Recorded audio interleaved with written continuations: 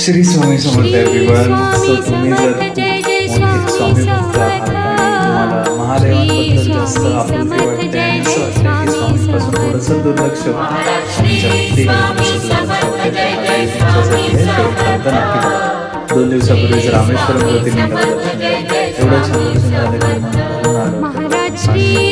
एकच विचार डोक्यात येतो की भाग्यवान माझं शरीर जे इथपर्यंत पोहोचलं, किती भाग्यवान माझे डोळे ज्यांनी महादेवांना बघून पाहिले, किती भाग्यवान माझे हात ज्यांनी त्या शंभरावर अभिषेक केला, तेव्हा माझं मन जे इथे ध्यानात होतं.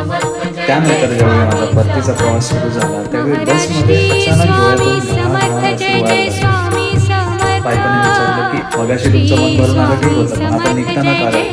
त्यावेळी मी त्याला बोललो की असं काय माझं पुण्य आहे की मला महादेव नेहमी सोबत ठेवतात, असं काय माझं पुण्य आहे की मला वारंवार त्यांच्या अस्तित्वाची जाणीव होते. ह्या प्रश्नाचं उत्तर शोधण्यासाठी ज्यावेळी डोळे बंद करून शांत एका ठिकाणी बसलो त्यावेळी स्वतः महादेव मला बोलले की जे श्री स्वामी समर्थ करून मला हाका मारत असतोस, कधी अक्कलकोटी येऊन भेटतोस तर कधी नरसोबाच्या वाडीला, कधी गिरणारी भेटतोस तर कधी माणगावला, सारखं येऊन माझ्या समोर बसत असतोस आणि मलाच विचारतोयस की मी तुला जवळ का ठेवलंय. महादेव मला म्हणाले की बाळा बघ माझ्याकडे नीट, मीच तुझा दत्त आणि मीच तुझे स्वामी, मीच तुझे टेंबे स्वामी आणि मीच तुझा शिवशंकर.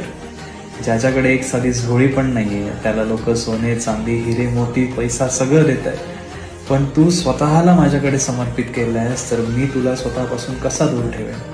तू बाळ आहेस माझा आणि मीच तुझा माता पिता, मीच तुझे स्वामी समर्थ. भिवू नकोस, मीच तुझ्या पाठीशी आहे.